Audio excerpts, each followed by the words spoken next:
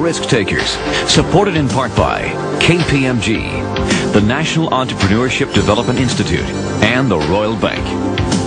Hello, I'm Ballum Matthews. The people you'll meet tonight have a sense of venture and an eye for opportunity, achieving the results they want with an open mind, bold strokes, and an overwhelming sense of optimism. More about them in tonight's edition of The Risk Takers, award-winning television for the entrepreneurial mind. Thank you for joining us. If we told you that a box the size of a small book with outlets for headphones and a pair of sunglasses could alleviate stress and give you a better quality of life, you might sense some strange vibes. Well, it's the brainwave of inventor David Seaver, who says his product does just that. It makes lights and tones pulse at different frequencies according to the mood you choose. Slow ones for sleep, faster frequencies for meditation, even speedier for alertness. According to him, you dial in the program and voila, get a made-to-order state of mind. Curious? Here's more from Mark Mallett. You guys are from NASA. That's right, you're from NASA. No, oh, come on, fellas. No, not the eye. God. Oh. This is one way to use light. Gravy for the brain. No. This is another.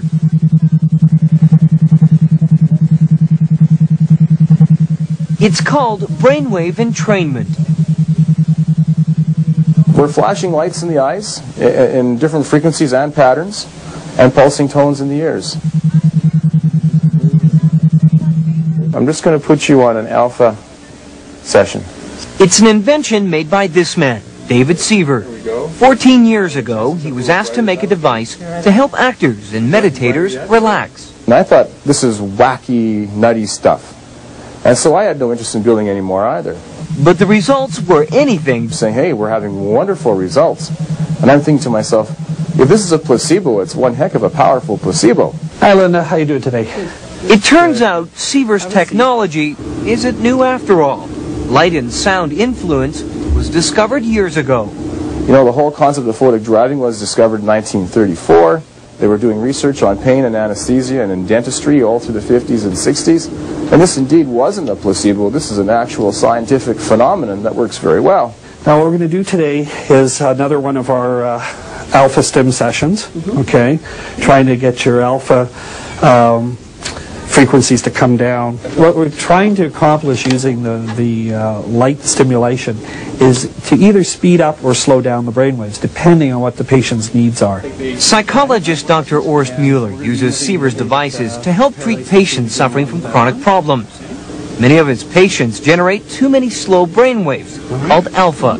We've been finding that people who have a high amount of these slow waves in their EEG, frequently they have complaints of poor attention and concentration, sleep disorder, and they're often depressed or irritable mood.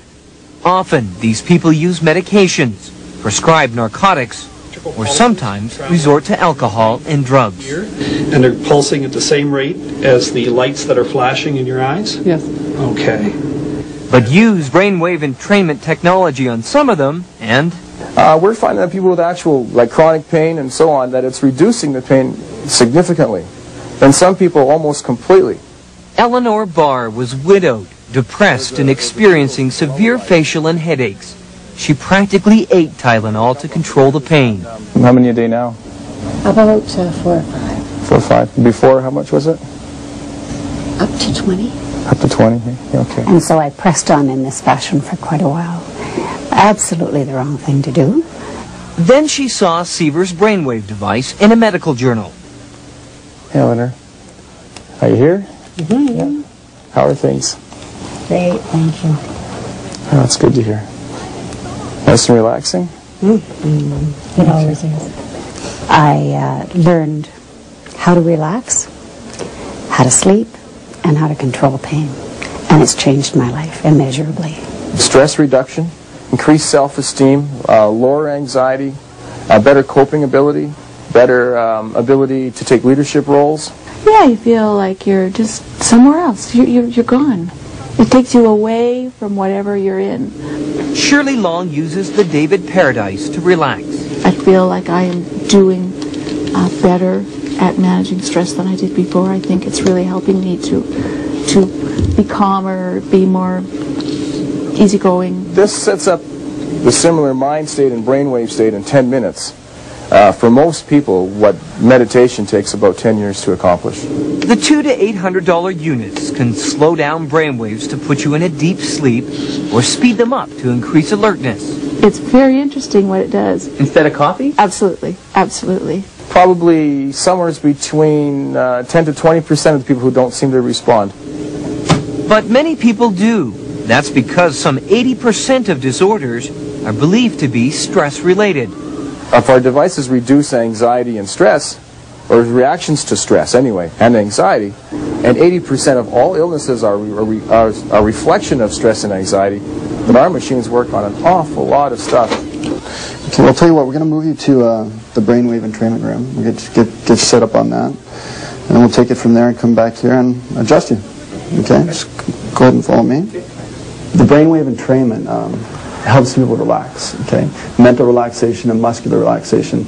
And that's almost essential to adjust and manipulate joints. Sure. Dr. Stephen Goodwin combines Seaver's devices with his chiropractic practice.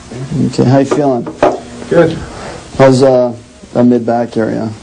It's getting relaxed. It's enhancing the effect, and sometimes for certain patients, just the brainwave entrainment alone works effectively for headaches and for chronic pain.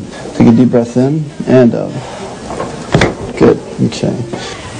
While evidence is mounting that brainwave entrainment can enhance and in some cases even replace other therapies, there's no evidence that it can actually increase your intelligence, to my disappointment. What do we know? What do we know? If I know what we know, then I can tell you what we know, and if someone else knows, okay? I mean, it's just, it's got to be more specific.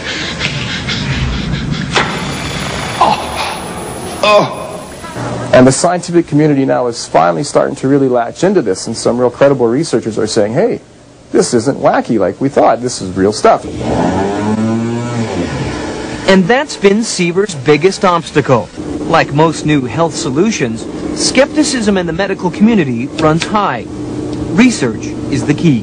I'm getting true credibility for what this technology does. And the growth is really starting to pick up this year now that we've done a year and a half's worth of research. Well, in many cases, what we're able to do is get patients off a lot of their medications. This could make society healthier, less violent, and more productive. Answer to my prayers.